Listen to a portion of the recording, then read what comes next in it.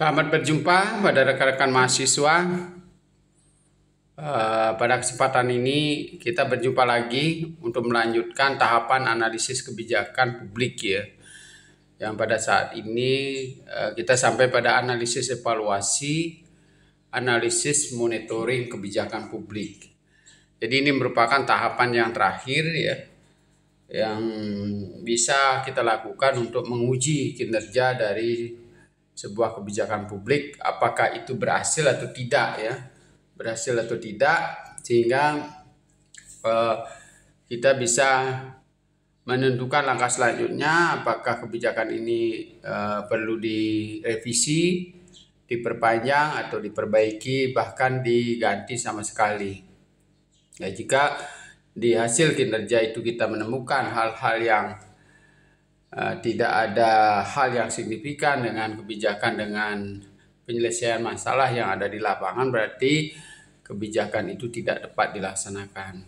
Atau mungkin ada penyimpangan-penyimpangan pelaksanaan kegiatan yang perlu diperbaiki dan ditindaklanjuti supaya kebijakan-kebijakan itu benar-benar dapat memberikan outcome pada masyarakat secara baik, sesuai dengan yang diharapkan dalam perumusan kebijakan publik.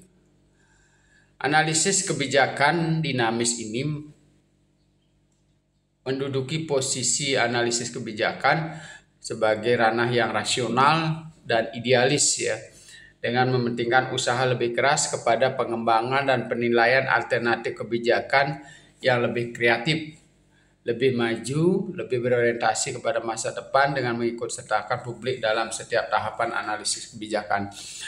Jadi pada akhir analisis ini, di evaluasi ini juga kita mestinya banyak melibatkan para pihak ya, apakah itu dari akademisi yang non partikular atau pihak swasta yang barangkali memiliki kepentingan untuk memperbaiki kinerja kebijakan yang pada akhirnya berimbas pada usaha mereka.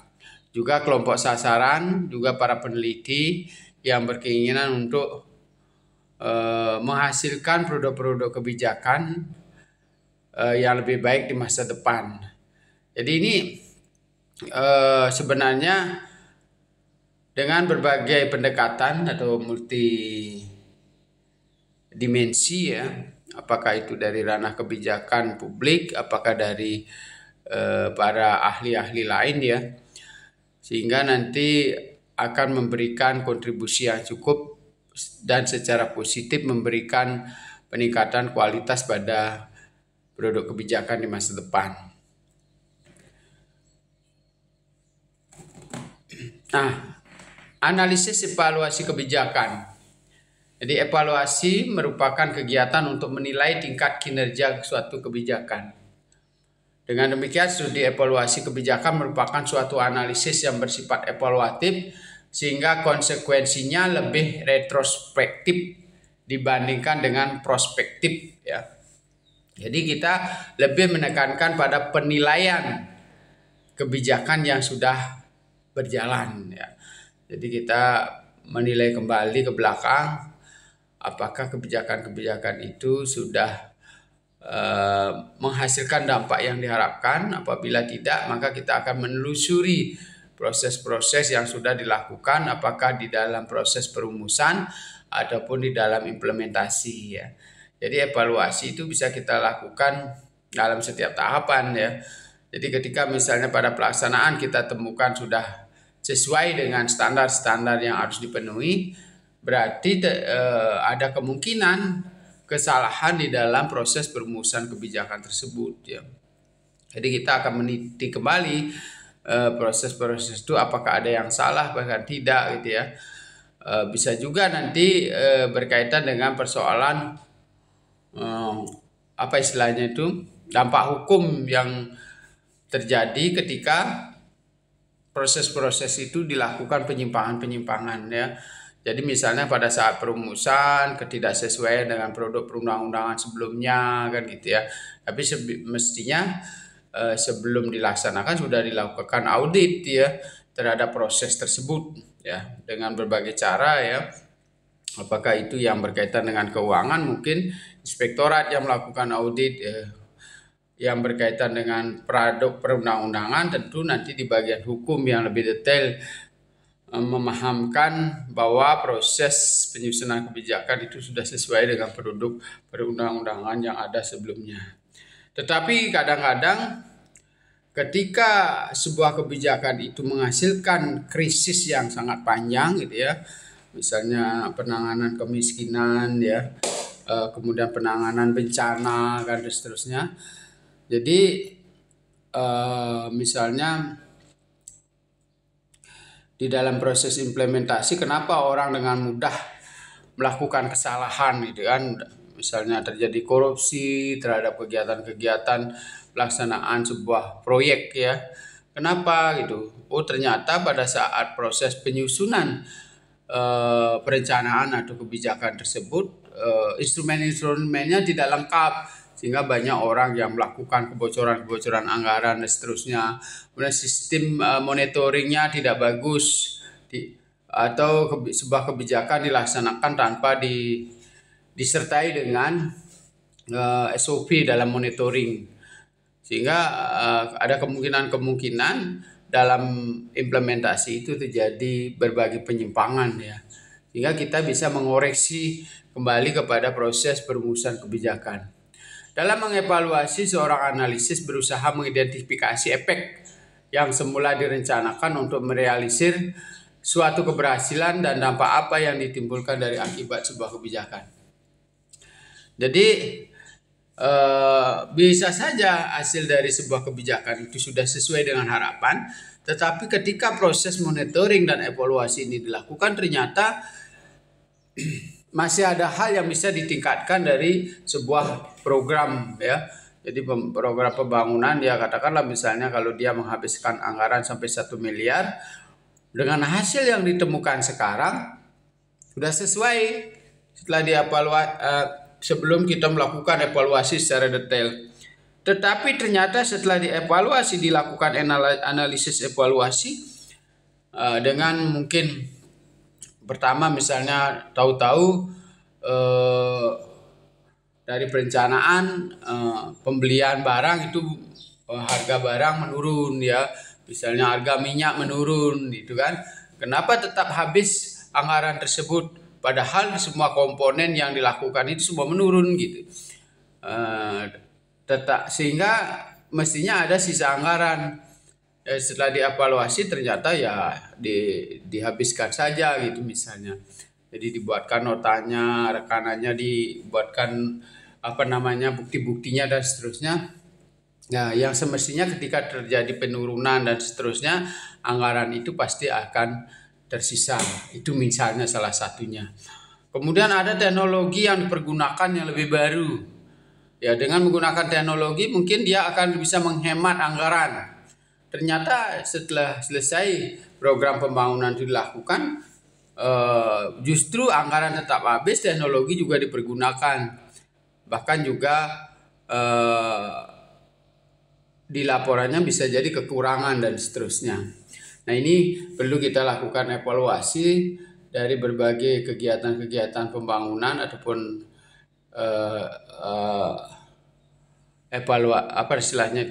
realisasi dari sebuah kebijakan itu, apakah itu dalam bentuk pembangunan, apakah itu dalam produk undang-undang dan seterusnya, bisa nggak memberikan dampak yang positif atau sesuatu yang lebih signifikan, memberikan multiplier efek kepada masyarakat ya, sehingga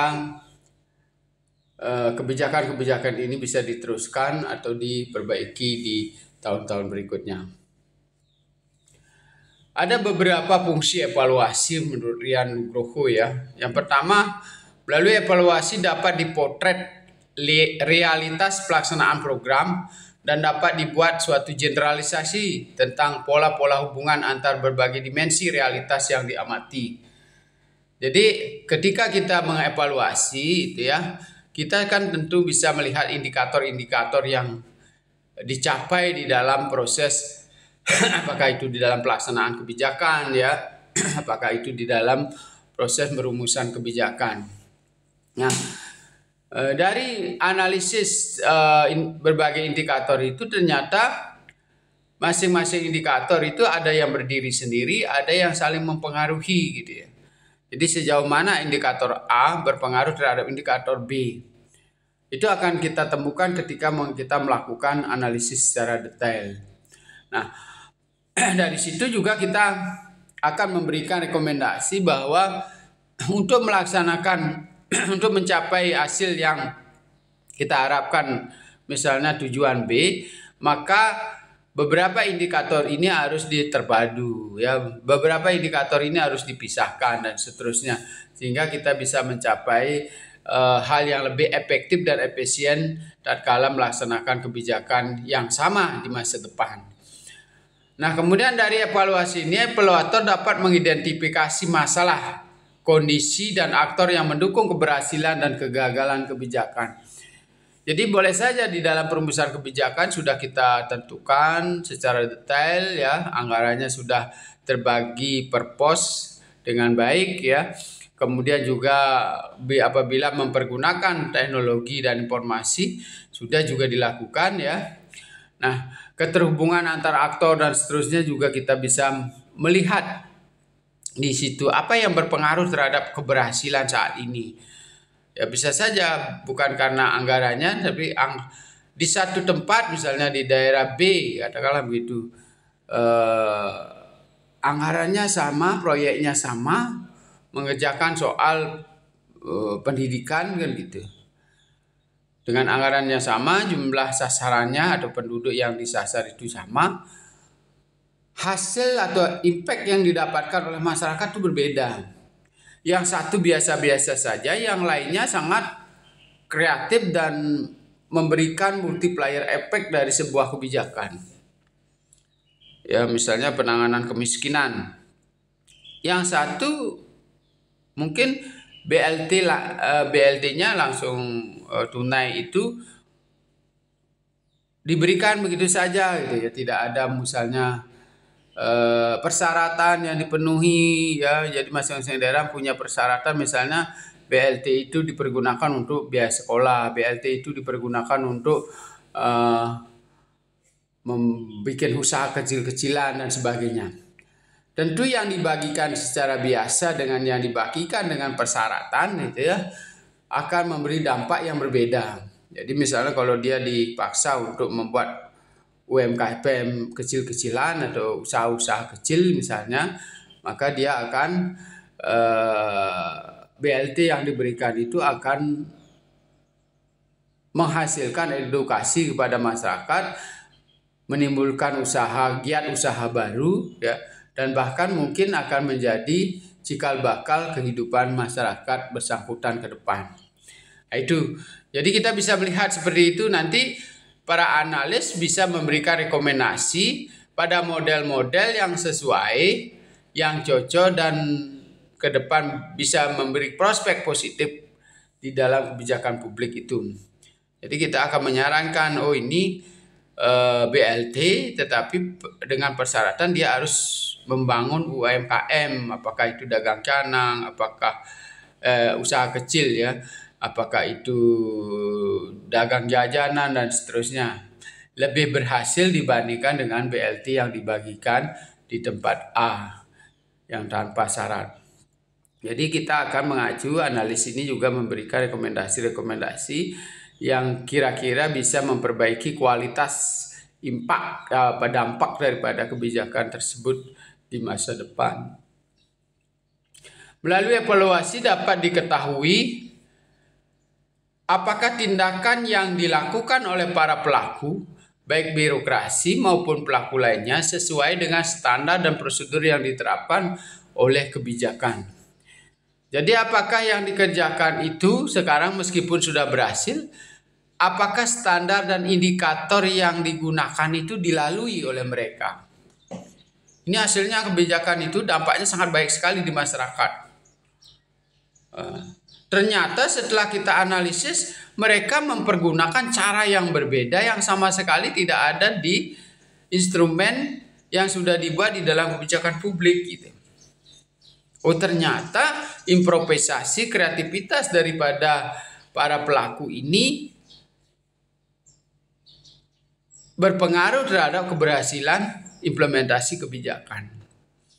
Ya mungkin ada beberapa kriteria yang dilampaui, ada cara-caranya yang barangkali tidak melanggar hukum, tetapi justru berbeda yang ditentukan dari rumusan kebijakan atau indikator-indikator atau cara-cara melaksanakan daripada kebijakan publik yang sudah ditentukan sebelumnya. Ya, bisa saja seperti itu ya. Misalnya kalau di situ tidak ditentukan target sasaran, proyek pembangunan ini harus menyentuh pada masyarakat langsung, katakanlah begitu, di satu tempat. Kemudian di tempat lain, proyek tersebut disalurkan melalui pengusaha kecil di desa, lalu baru sampai ke tempat masyarakat bersangkutan. Jadi barangkali nanti uang yang diambil itu untuk pembangunan rumah sederhana, katakanlah begitu, langsung menuju kepada para pengusaha bangunan di desa. Jadi tidak kelompok sasaran atau masyarakat tujuan itu yang membelanjakan uangnya, tapi sudah tertuju pada rekanan. Ya. Nah ternyata lebih berhasil dibandingkan dengan langsung kepada masyarakat ya. Jadi ketika uang itu langsung pada masyarakat mungkin dibelanjakan yang lain-lain dulu. Ya ternyata sebagian besar berhasil ketika uang itu langsung diberikan kepada pemilik bahan bangunan. Ya mungkin itulah cara-cara yang efektif yang dilakukan oleh dengan berbagai terobosan untuk merealisasi sebuah proses pembangunan atau kebijakan publik. Nah, sehingga nanti para analis tentu akan memberikan saran, pendapat untuk mengacu pada hal-hal yang hasilnya lebih baik gitu ya. Jadi kalau toh misalnya dia dianggap melanggar sedikit dari ketentuan yang ada, maka kedepannya ketentuan itulah yang harus direvisi sesuai dengan kebutuhan dan kemampuan masyarakat dalam realisasi. Ya, karena sering sekali gitu ya di beberapa daerah itu untuk memberikan bantuan pada masyarakat itu secara langsung bisa juga tidak berhasil, tetapi dengan perantara yang berkaitan dengan persoalan-persoalan yang akan mereka tangani bisa berhasil. Ya. Kemudian melalui evaluasi dapat diketahui apakah output benar-benar sampai ke tangan kelompok sasaran kebijakan atau justru ada kebocoran atau penyimpangan. Dengan evaluasi dapat diketahui apa akibat sosial, ekonomi, dan kebijakan tersebut. Gitu ya. Jadi misalnya ketika kita melakukan detail analisis, kita akan tahu oh di sini terjadi kebocoran, oh di sini terjadi efisiensi, kan? Oh di sini ada improvisasi, sehingga nanti capaiannya seperti ini. Nah, ketika misalnya banyak terjadi kebocoran, kita juga sebagai tenaga ahli sering mengkaitkan dengan situasi ekonomi umum di dalam masyarakat. Jadi karena kan kebijakan itu sering sifatnya universal, tidak hanya berlaku pada suatu tempat tertentu, tapi kebijakan itu kadang-kadang wilayahnya mencakup daerah, kabupaten, ya, kadang-kadang mencakup provinsi. Misalnya kalau kebijakan-kebijakan penanganan masyarakat miskin dengan uang tunai itu boleh saja itu secara strategi mungkin keliru, tetapi secara impact dapat memberi dampak yang cepat pada pertumbuhan ekonomi di masyarakat. Jadi ada uang yang berputar di masyarakat ya, meskipun yang menerima si A, tetapi uang yang diterima itu berputar di desanya ya, sehingga memutar perekonomian ekonomi. Katakanlah misalnya di satu desa ada 30 orang yang menerima, sehingga nanti dia berbelanja di sekitar desa, apapun yang dia beli itu akan memutar ekonomi di masyarakat. Kemudian nanti kalau di seluruh daerah berlaku begitu, maka akan memberikan segmen positif bagi ekonomi masyarakat daerah. Nah, itulah salah satunya. Memang kita melihat yang menerimanya beberapa gelintir orang gitu, tapi tanpa kita rasakan kalau uang itu tidak ada, maka termasuk pegawai, termasuk orang-orang sekitarnya itu akan terdampak akibat tidak ada perputaran ekonomi di dalam masyarakat. Jadi pemahamannya seperti itu ya. Jadi analisis kebijakan itu bisa menganalisis sampai jauh untuk melihat impact dari sebuah kebijakan tersebut, tidak saja bagi kelompok sasaran tetapi juga bagi masyarakat sekitar dan lingkungannya, apakah bisa memberikan ekonomi bertumbuh dan sebagainya. Apakah ini juga berpengaruh terhadap sistem politik yang berkembang di masyarakat ya. Jadi kalau masyarakat dalam kondisi yang lapar ya, tidak ada pekerjaan dan seterusnya, itu bisa sedikit saja dipengaruhi oleh kelompok-kelompok berkepentingan, akan bisa berakibat yang tidak sesuai dengan tujuan dari kebijakan yang semula dibuat ya. Jadi sebenarnya kebijakan ekonomi, tetapi ternyata justru setelah dilaksanakan lapangan pekerjaan tidak ada ya, masyarakat juga kemampuan belanjanya menurun ya, kemudian misalnya di bidang pertanian, hasil-hasil pertanian tidak ada yang beli, harganya murah dan seterusnya. Jadi akibat satu kebijakan yang diambil pemerintah, misalnya impor beras misalnya ya, kemudian juga kegagalan dalam mensubsidi pupuk misalnya, memberikan dampak gagal panen. Kalau gagal panen berarti ekonomi masyarakat pertanian menjadi menurun, daya beli mereka menjadi menurun, giat ekonomi secara keseluruhan menjadi terdepresi. Nah itu sehingga jangan kira bahwa kebijakan-kebijakan itu justru sangat menentukan kondisi-kondisi real di dalam masyarakat, baik secara ekonomi, politik maupun sosial. Nah, mengapa kita melakukan evaluasi? Jadi evaluasi itu dapat memberikan beberapa tujuan ya. Yang pertama adalah menentukan tingkat kinerja suatu kebijakan. Jadi melalui evaluasi maka dapat diketahui derajat pencapaian tujuan dan sasaran kebijakan. Jadi apakah sasaran-sasaran itu sudah sepenuhnya bisa dicapai, indikator-indikator itu sudah bisa dipenuhi, lalu dampak dan hasil dari sebuah kebijakan apakah sudah bisa dicapai atau tidak. Mengukur tingkat efisiensi suatu kebijakan, daya guna dari sebuah kebijakan. Ya, dengan evaluasi ya kita dapat mengetahui beberapa biaya dan manfaat dari suatu kebijakan. Jadi kalau misalnya sebuah kebijakan dibuat, dari prosesnya juga sudah kadang-kadang melibatkan anggaran yang tidak sedikit ya.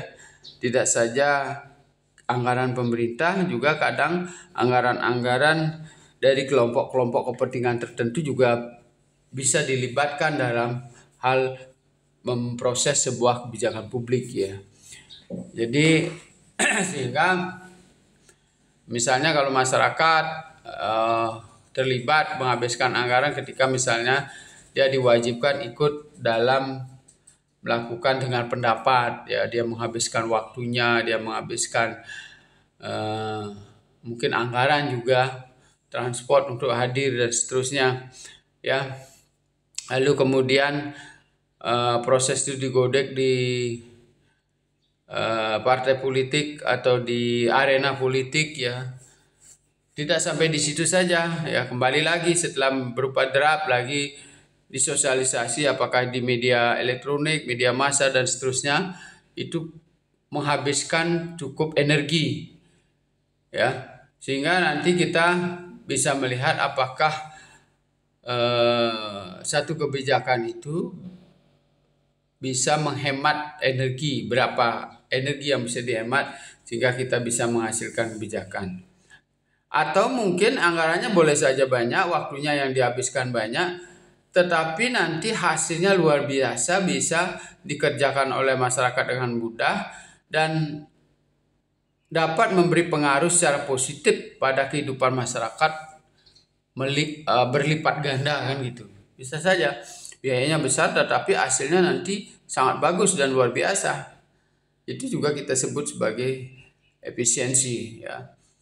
Jadi kita tidak nyangka dengan program-program yang mercusuar gitu ya. Katakanlah begitu. Misalnya contoh, ketika misalnya kita membangun sebuah lembaga keuangan kan gitu. Satu lembaga keuangan, katakanlah misalnya koperasi A, itu mempergunakan dana masyarakat penuh dipergunakan untuk, atau dana anggota penuh dipergunakan untuk simpan pinjam. Yang satunya berbeda, yang satunya mungkin setengahnya diinvestasikan untuk membangun gedung gitu ya. Jadi keberanian untuk mengeluarkan dana membangun gedung ini sangat luar biasa. Kemudian disertai dengan perencanaan atau kebijakan-kebijakan disusun dengan sedemikian rupa untuk memastikan dalam 10 tahun gedung itu bisa terrealisasi. Bisa lunas. Ya. Nah ternyata yang A tidak berani berinvestasi gedung, yang B berani berinvestasi gedung. Ternyata dalam kurun waktu 10 tahun yang sama, ya perkembangan dari koperasi yang memiliki gedung itu sangat pesat, berlipat-lipat ganda. Sedangkan yang seluruh modalnya digunakan untuk simpan pinjam, untuk usaha saja, perkembangannya sangat minim gitu ya, hingga tidak mencapai seperti yang dicapai oleh usaha B. Nah inilah persoalan-persoalan dari improvisasi ataupun daya kreativitas dari para perumus kebijakan ini akan memberi impact yang luar biasa. Ya, jadi terobosan-terobosan seperti sekarang ini yang go internasional itu banyak diambil oleh pemerintah, ini adalah ruang-ruang untuk menciptakan terobosan-terobosan yang besar di masa depan. Ya. Ketimbang karena kita sekarang itu bersaing dengan waktu ya. Kalau kita masih manual, konvensional kan gitu ya, maka percepatan kemajuan di luar sana tidak akan bisa kita imbangi dengan kemampuan atau giat masyarakat di dalam berkreativitas di dalam pembangunan ini. Jadi kita tidak perlu kaget saat ini ada kebijakan-kebijakan yang seringkali membuat kita terporsir untuk mengerjakan hal-hal yang besar. Ya, karena kadang-kala kegiatan-kegiatan kita pribadi saja sering ketinggalan gitu ya. Tiba-tiba sudah berubah, besoknya baru mau kita beli baju katakanlah begitu, tiba-tiba modenya lagi 2 hari sudah berubah dan seterusnya. Ya, kemudian orang lain sudah ongoing berbisnis di online, kita baru mulai sudah lain lagi masanya, cara berbisnisnya juga berbeda, sehingga kita terus ketinggalan. Nah itulah nanti peran analisis juga harus menemukan improvisasi atau cara-cara baru yang bisa direkomendasikan untuk bagaimana dengan sedikit sumber daya yang kita miliki kita mencapai hal-hal yang besar di masa depan. Ya, jadi satu-satunya adalah improvisasi, inovasi dan kreativitas yang harus dibangun di dalam sistem kebijakan tersebut. Ya, kemudian kita juga bisa mengukur tingkat keluaran suatu kebijakan ya. Jadi capaian-capaian yang sudah saya sampaikan, mengukur dampak sudah juga, untuk mengetahui apakah ada penyimpangan dari sebuah kebijakan itu, apakah di pelaksanaan, apakah di perumusan. Sehingga nanti barangkali nanti diimbangi dengan monitoring ya. Kalau di monitoring itu di tengah perjalanan sebuah kebijakan kita sudah bisa melakukan evaluasi sedikit demi sedikit, sehingga kalau terjadi penyimpangan sudah secepatnya kita bisa tangani, tidak terjadi penyimpangan secara serius dalam pelaksanaan kebijakan. Sebagai bahan masukan dan input untuk kebijakan yang akan datang ya. Ini sudah juga kita sering sampaikan bahwa rekomendasi daripada analisis kebijakan ini sangat penting untuk bagaimana mencapai kualitas kebijakan di masa depan. Ada 5 tipe analisis evaluasi ya, menurut William Dunn ya. Yang pertama adalah modelnya deskriptif. Jadi model deskriptif ini adalah menjelaskan dan memprediksi sebab atau konsekuensi pilihan dari kebijakan. Ya, contohnya model indikator sosial. Jadi kita akan menjelaskan di situ, di dalam kebijakan itu ada indikator-indikator yang ingin dicapai. Ya. Misalnya kalau kebijakan penanganan kemiskinan misalnya, di situ kan ada peningkatan kesejahteraan ekonomi nyata. Ada usaha-usaha yang dibangun oleh masyarakat, itu misalnya indikatornya. Nanti di situ ada deskripsinya, ya. Jadi usaha ekonomi masyarakat itu kayak apa, yang bisa kita lihat di dalam detail analisis kita. Sejauh mana bisa berpengaruh dalam peningkatan pendapatan keluarga, ya. Kemudian apakah bisa memberi vibrasi atau pengaruh terhadap ekonomi masyarakat sekitarnya. Itu ada hitung-hitungannya yang bisa kita ukur. Ya, salah satunya misalnya dia bisa melibatkan tetangga untuk bekerja di situ, salah satunya ya. Juga mendapatkan pendapatan yang sama ya. Nah, nanti dalam secara matematis itu bisa dihitung berapa bisa dihasilkan ya pendapatan masyarakat. Dari situ berapa nanti berkontribusi dalam cakupan wilayah ya, apakah daerah, kalau diberlakukan seluruh daerah, kabupaten, provinsi dan seterusnya, itu bisa dihitung dengan bantuan analisis statistik. Nah, kemudian model normatif menjelaskan, memprediksi, merekomendasikan optimalisasi usaha.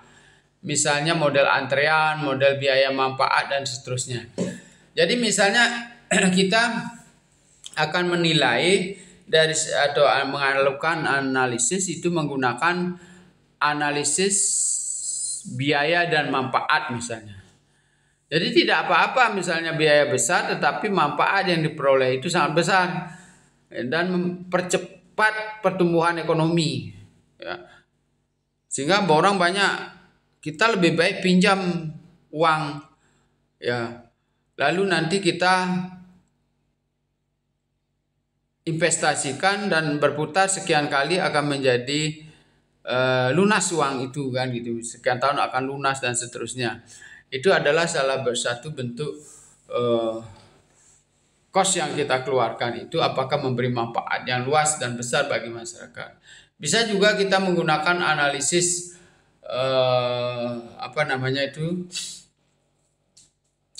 skala Likert misalnya ya. Jadi itu kita menekankan pada model normatif yang kita gunakan untuk melakukan analisis. Kemudian ada model verbal.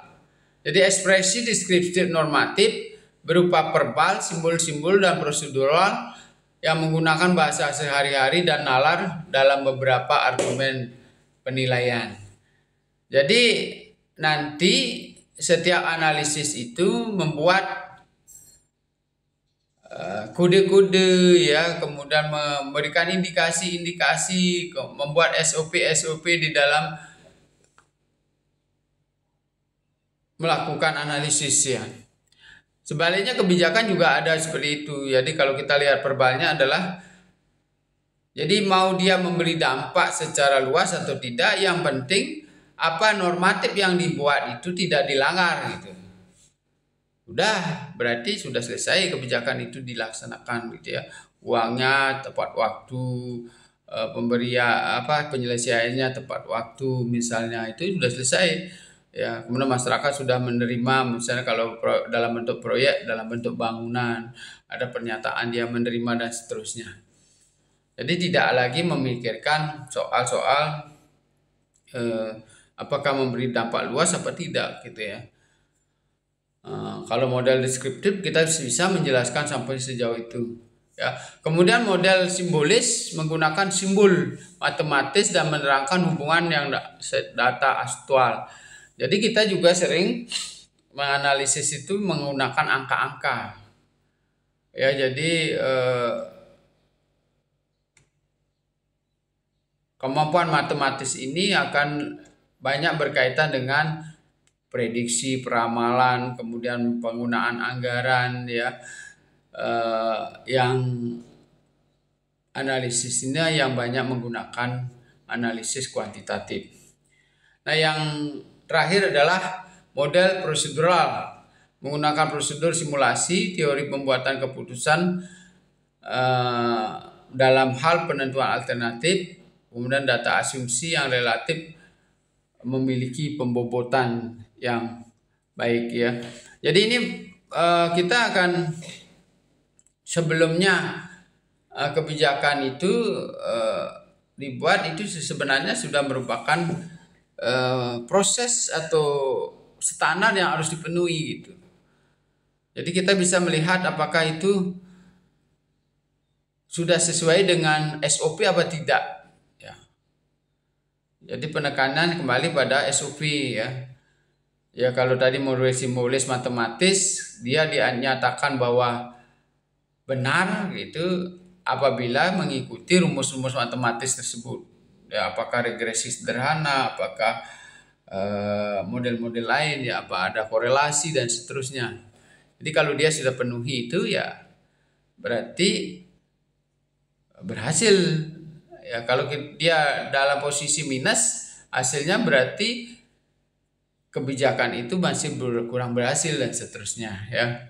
Nah, ini 5 model yang dikemukakan oleh William Dunn. Nah, ada beberapa kriteria evaluasi yang harus dipenuhi.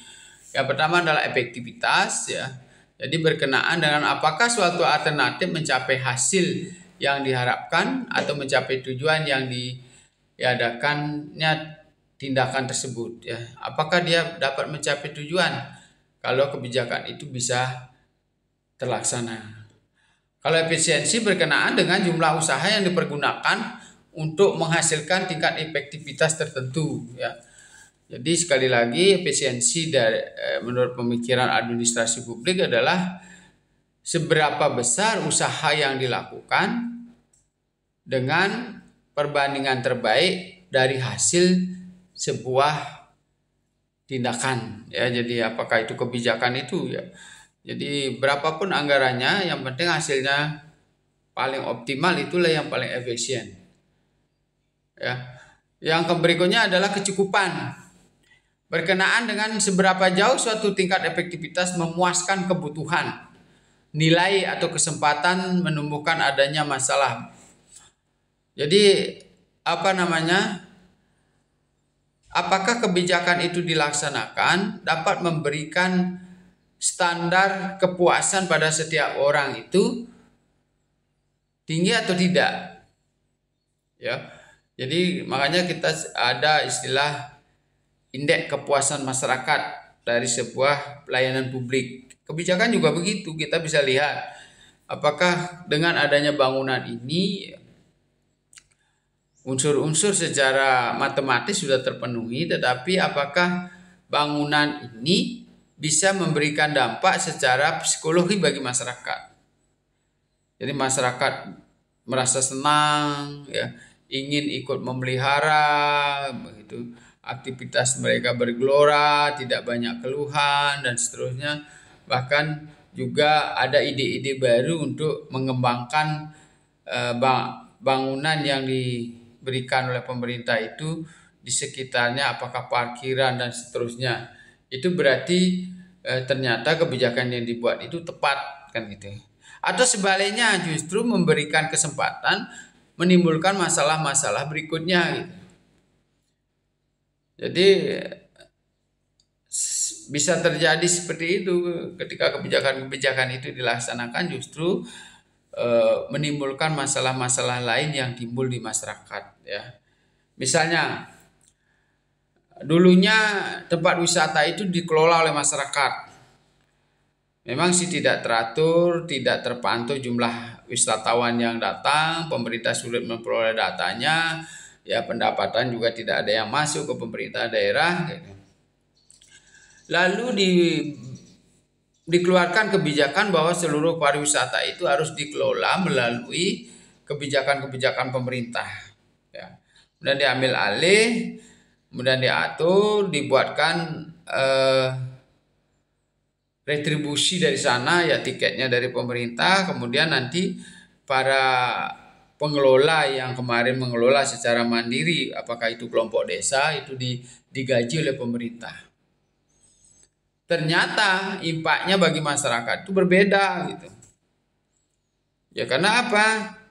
Tentu dikelola oleh masyarakat itu lebih efisien bagi mereka. Untungnya lebih banyak dan banyak menciptakan lapangan kerja di desanya kan gitu.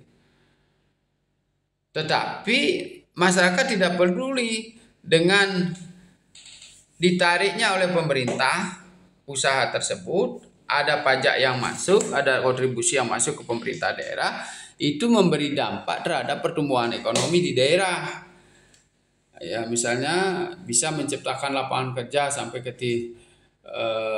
pemasukannya bisa terinci, tidak dinikmati oleh sekelompok orang tertentu dan seterusnya. Nah ini ada sesuatu visi yang berbeda sehingga sering sekali tempat-tempat wisata yang sudah dikelola oleh masyarakat itu sulit untuk dikembalikan oleh pemerintah. Sebaliknya kalau dikelola oleh masyarakat, masyarakat juga akan mengalami kesulitan untuk mendapatkan fasilitas dari pemerintah. Misalnya pembangunan jalan, ya, aspal dan seterusnya, ya, karena kontribusi yang akan diperoleh dari situ tidak ada. Nah inilah sehingga juga percepatan daripada perkembangan pariwisata itu juga terbatas. Nah dua hal ini yang barangkali sering harus menjadi pertimbangan apakah oleh masyarakat ataupun oleh pemerintah di dalam menyusun kebijakan itu, keputusan itu supaya mencapai win-win solution. Kemudian equity, pemerataan, ya, erat hubungannya dengan rasionalitas legal dan sosial dan menunjuk pada kelompok yang berbeda di dalam masyarakat. Jadi bagaimana apakah distribusi dari dampak kebijakan itu dapat dapat mempengaruhi setiap orang yang ada di masyarakat secara baik dan sama kan gitu. Jadi misalnya ketika seperti tadi saya sampaikan kelompok miskin kelompok masyarakat yang kurang mampu mendapatkan bantuan langsung tunai. Nah, dikira kita yang tidak mendapat itu tidak mendapat imbas kan gitu. Ternyata perputaran ekonomi yang ada di desa itu berimbas juga kepada masyarakat yang ada di sekitarnya meskipun tidak secara langsung kan gitu. Meskipun tidak secara langsung. Jadi ada geliat ekonomi yang bertumbuh di dalam masyarakat. Usaha-usaha dagang kecil menjadi bertumbuh di dalam masyarakat dan seterusnya. Kemudian responsivitas berkenaan dengan seberapa jauh suatu kebijakan dapat memuaskan kebutuhan, preferensi dan nilai kelompok dalam masyarakat. Nah sekarang responsibilitas ini kepekaan dari kebijakan tersebut untuk merespon berbagai kepentingan di masyarakat termasuk nilai yang diunggulkan oleh masyarakat. Ya, misalnya contoh misalnya kalau kita membangun kebijakan untuk model bangunan di Bali itu kebanyakan menggunakan stil Bali kan gitu misalnya. Nah meskipun mahal biayanya dibandingkan dengan stil Eropa dan seterusnya, tetapi itu adalah ciri khas yang menunjukkan masyarakat Bali itu ada kan gitu. Dan berbeda, mahal kan gitu. Karena karya seni yang ditampilkan di dalam bentuk bangunan itu apakah ukiran, apakah patrem kan gitu. Itu ciri khas Bali yang patut dipertahankan dan menjadi sorotan dunia yang kita pahami bahwa orang-orang pariwisata datang ke sini karena seni yang kita miliki kan. Apakah itu seni bangunan, seni tari, ataupun seni tata kelola wilayah pertanian ya dalam bentuk subak kan gitu. Dari subak itu menghasilkan kesenian-kesenian ya, upacara-upacara adat, kesenian, tangluk meranu dan seterusnya yang merupakan berbagai kasatna budaya yang enak dan elegan ditonton oleh masyarakat dunia. Jangan justru itu diganti ya, diganti dengan ornamen-ornamen yang serba ringkas, murah dan bukan menjadi budaya kita. Itu akan keliru meskipun nanti biayanya sangat murah. Ya. Karena itulah yang harus kita sadari bahwa kebijakan-kebijakan pariwisata di Bali harus mensokong atau mendukung hal-hal yang membuat peradaban dan seni budaya Bali bertumbuh dan berkembang atau paling tidak dipertahankan. Nah, ini yang perlu dipahami juga bagi analisis untuk memberikan rekomendasi-rekomendasi kebijakan di wilayahnya masing-masing. Yang berikutnya adalah ketepatan. Kriteria ketepatan secara dekat berhubungan dengan rasionalitas substantif karena pertanyaan tentang ketepatan kebijakan tidak berkenaan dengan satuan kriteria individu tetapi dua atau lebih kriteria secara bersama-sama. Jadi ketepatan ini kan banyak hal berkaitan ketepatan anggaran, ketepatan sasaran, ketepatan cara untuk menyelesaikan persoalan di dalam masyarakat. Jadi bisa saja pimpinan politik yang berbeda, caranya berbeda. Contoh misalnya kalau kita menangani masyarakat miskin, mungkin ada orang berpikir melalui penyediaan lapangan kerja. Mungkin ada orang berpikir dengan menyediakan uang tunai. Mungkin ada juga ide yang memungkinkan, oh ini rumahnya, rumah sederhana. Oh ini sekolahnya dan seterusnya. Yang pada dasarnya itu adalah satu sama lainnya sangat berhubungan. Yang membuat masyarakat itu kurang mampu. Ya tidak bisa dipisahkan seperti itu. Inilah yang dimaksud dengan ketepatan. Sehingga nanti kita akan menilai kadarnya. Ya kan? Dari sisi anggaran keuangan ini harus ditangani. Dari sisi secara umum mungkin lalu lintas harus diperbaiki sehingga masyarakat mudah melakukan mobilisasi sektor-sektor ekonomi dan seterusnya. Jadi sebenarnya semuanya berpengaruh terhadap kondisi real di masyarakat yang harus ditangani melalui kebijakan publik.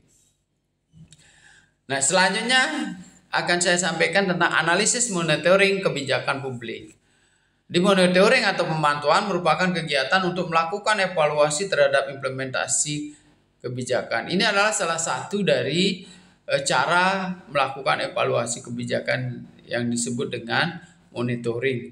Nah, pemantauan merupakan prosedur analisis kebijakan guna menghasilkan informasi tentang penyebab dan konsekuensi dari kebijakan-kebijakan publik. Jadi kalau monitoring itu kan ada periode-periode tertentu mereka melakukan monep istilahnya. Monitoring dan evaluasi gitu. Jadi monet mencatat apa-apa yang sudah dikerjakan, evaluasi mendetail menganalisis yang dikerjakan itu benar atau tidak. Yang dikerjakan itu sudah mencapai tujuan apa tidak, ya kan gitu. Nah, kemudian pemantauan memungkinkan analis untuk menjelaskan hubungan antara operasi kebijakan dan hasil-hasilnya. Ya, jadi dia akan memberikan hasil monep itu memberikan para analis atau dia sendiri yang monep langsung menjadi analis akan mengkaitkan antara kebijakan yang dilaksanakan dengan hasil-hasil yang diperoleh di dalam proses kebijakan tersebut. Ada beberapa tujuan daripada monitoring. Yang pertama, menjaga agar kebijakan yang sedang diimplementasikan sesuai dengan tujuan dan sasarannya. Jadi kita akan memastikan bahwa orang-orang yang melaksanakan kebijakan itu sudah mengikuti garis yang sudah diamanatkan oleh sebuah kebijakan. Jadi apakah sudah tepat apa tidak gitu ya, kalau tidak tepat segera memberikan warning bagi mereka. Ya harus kembali lagi kepada garis-garis kebijakan yang sudah ditetapkan.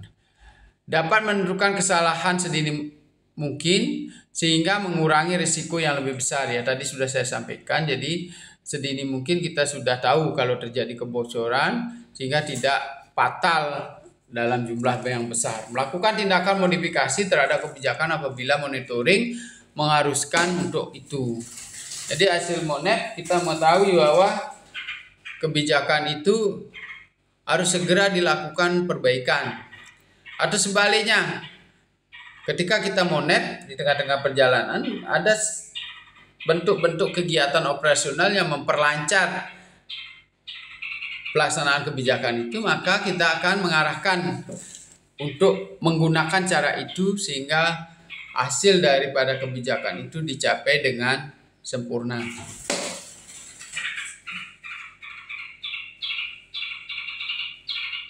Metode perolehan data dan informasi untuk monitoring. Jadi menurut Subarsono, metode yang digunakan ada beberapa cara ya. Jadi ada beberapa metode yang dikemukakan oleh Subarsono. Yang pertama metode dokumentasi, yakni dari berbagai laporan kegiatan seperti laporan tahunan, semesteran, bulanan. Jadi kita bisa memeriksa dokumen-dokumen yang disiapkan oleh para pelaksana kebijakan publik. Kemudian ada metode survei. Jadi seperangkat instrumen pertanyaan yang disiapkan sebelum melakukan survei. Jadi tujuannya menjaring data dari berbagai stakeholder ya, berbagai pihak yang tahu, yang terlibat, kelompok sasaran ya, kemudian rekanan-rekanan yang ikut terlibat di dalam pelaksanaan sebuah kebijakan.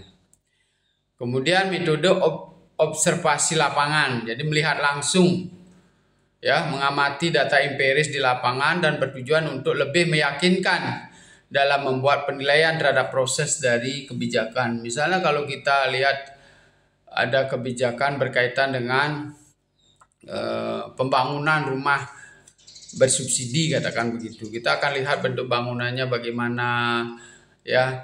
Kemudian kalau surveinya kita menanyakan pada orang yang sudah menerima ya, apakah dia memiliki kemampuan untuk membayar ya, apakah dia prosesnya dilakukan secara mudah atau berbelit-belit ya, atau dia menyiapkan dana tertentu ya yang bersifat pungutan liar dan seterusnya, misalnya kita bisa lihat di situ ya.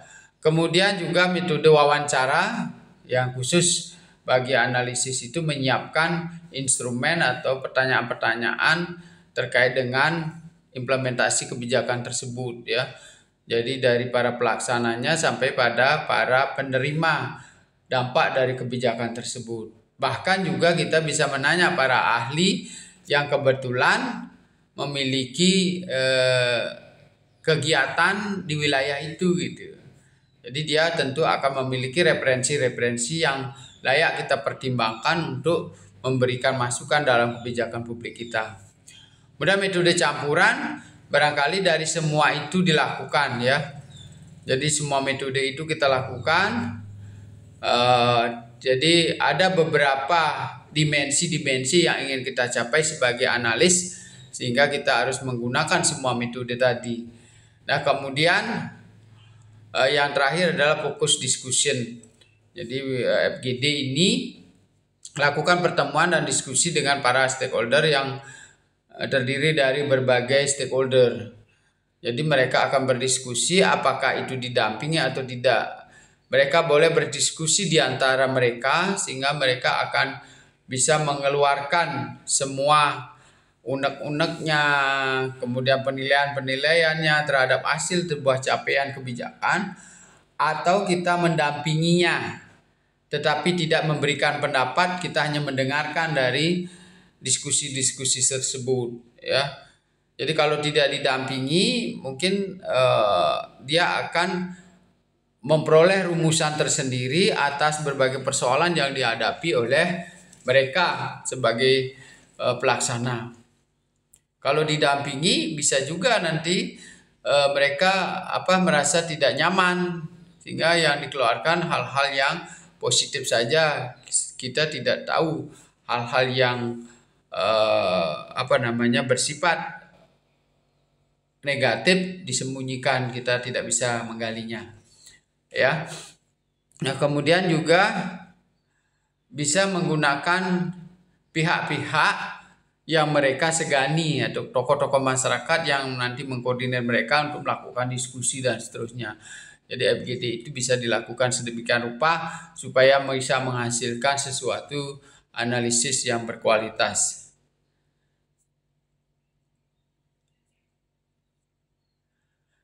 Nah, lalu kemudian jenis monitoring.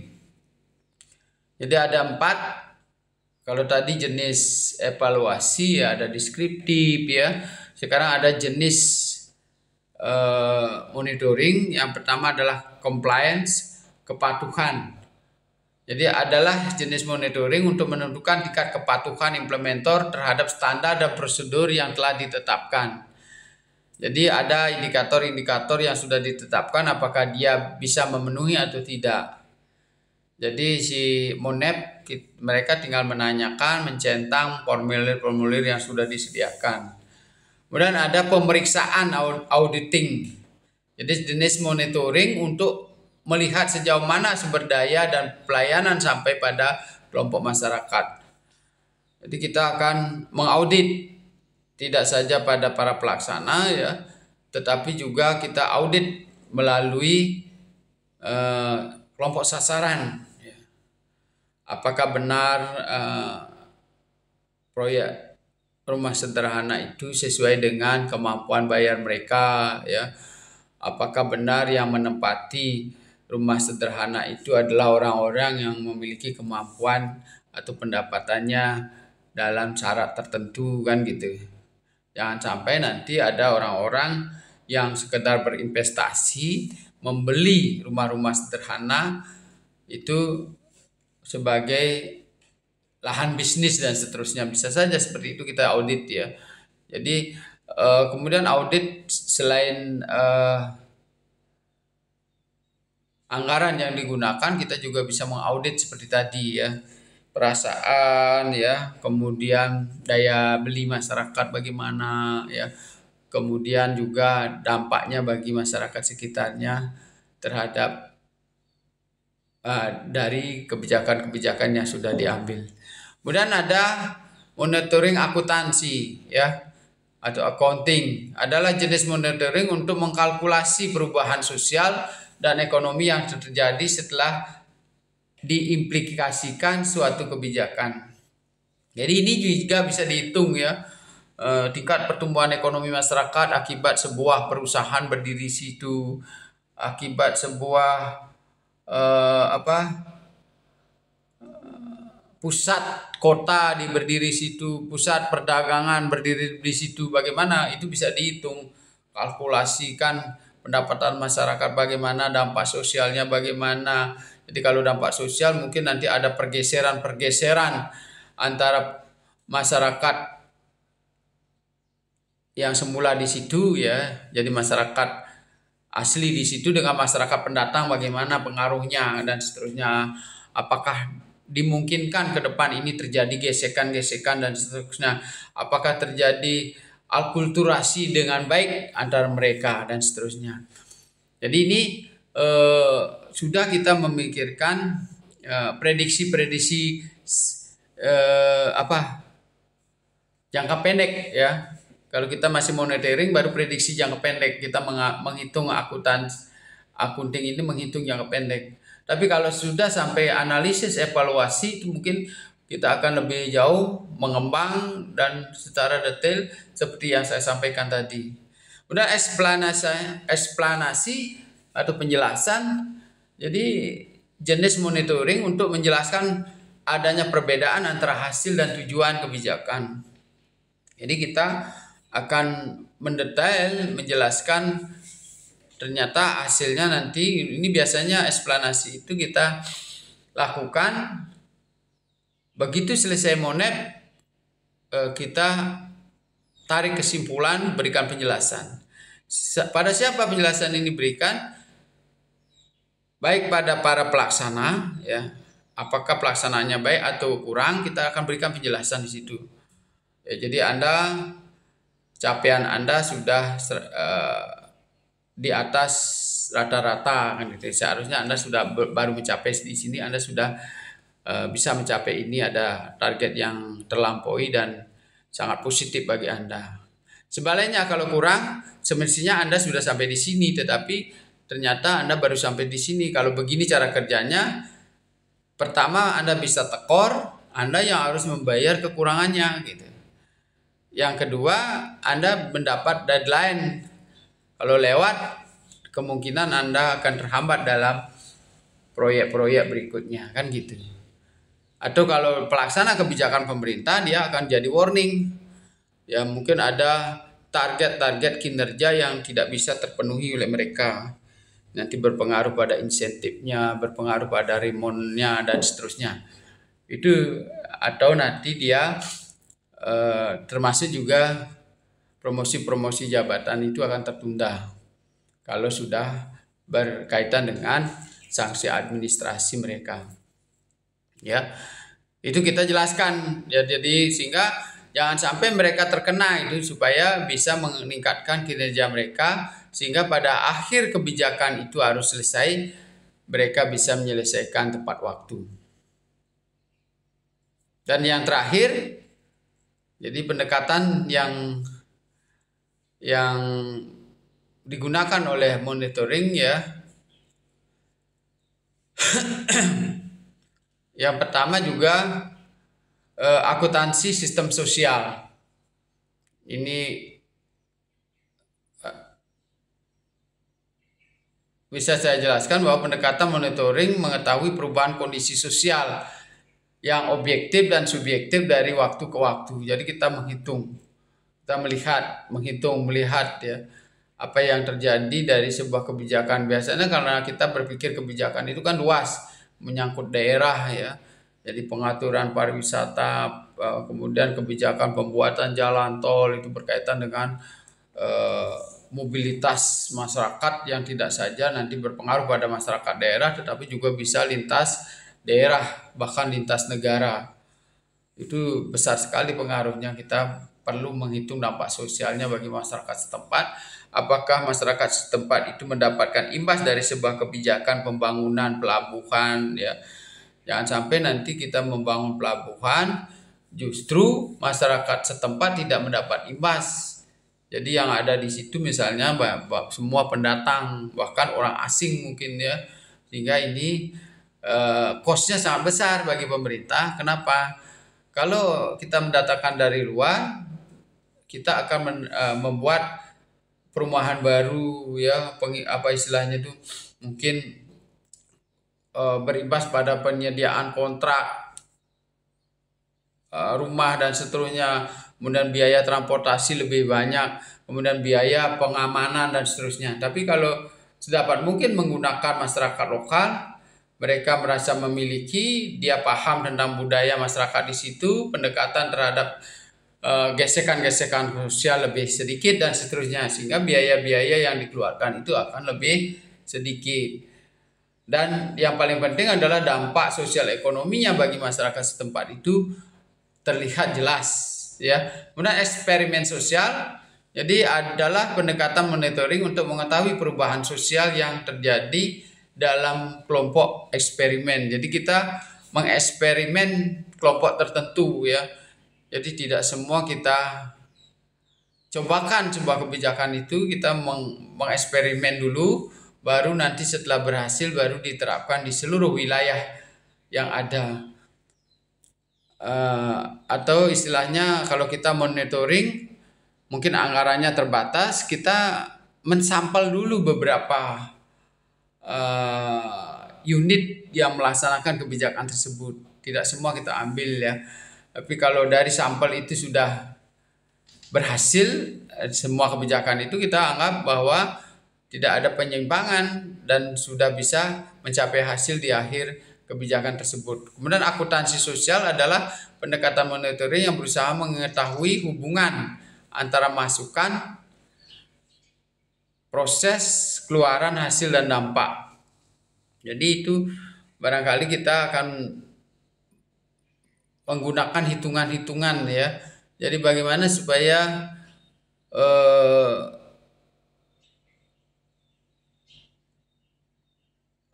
input yang digunakan, kemudian prosesnya juga efisien, kemudian luarannya juga nampak jelas, dan ketika nanti selesai kebijakan itu memberi dampak yang benar-benar signifikan bagi masyarakat. Ya, kemudian juga sistem riset dan praktik. Jadi pendekatan monitoring yang menerapkan kompilasi perbandingan antara pengujian secara sistematis terhadap hasil-hasil implementasi kebijakan di masa lampau. Jadi kita juga melakukan monitoring ketika berhasil atau tidak, kita membandingkan dengan proyek-proyek yang sebelumnya. Jadi mestinya kan kalau proyek yang sama di masa yang lalu biayanya sedikit, kemudian sekarang menggunakan teknologi, ya, SDM-nya lebih baik, mestinya biayanya lebih ringan dan hasilnya lebih baik gitu. Ya, dibandingkan dengan di masa lampau, ya. Nah, kecuali perhitungan kenaikan harga, ya. Jadi kita bisa hitung itu, ya. Jadi ternyata tidak berguna. Kemarin tidak secara konvensional pembangunan itu dilakukan oleh masyarakat, biayanya sedikit. Kemudian masyarakat mendapatkan imbas. Ya, dia bekerja di situ, mendapat pekerjaan di situ, dan senang, bergembira, dan seterusnya. Tetapi ketika diproyekkan, diambil oleh orang luar, ya kan, biayanya lebih besar, masyarakat tidak mendapatkan imbas, kemudian ternyata hasil pembangunnya tidak baik, ya. Jadi kadang belum diserahkan sudah rusak, ya, catnya mengelupas dan seterusnya. Nah, ini tentu akan menjadi bahan-bahan pertimbangan ketika seseorang melakukan monitoring, ya. Nah, itulah beberapa hal yang berkaitan dengan analisis, evaluasi, dan monitoring kebijakan publik. Jadi semoga pertemuan kali ini bisa memberikan pemahaman bagi teman-teman dan selalu termotivasi untuk mengerjakan hal-hal yang kreatif untuk meningkatkan kualitas pembangunan di masa depan. Sekian dan sampai jumpa. Semoga bermanfaat.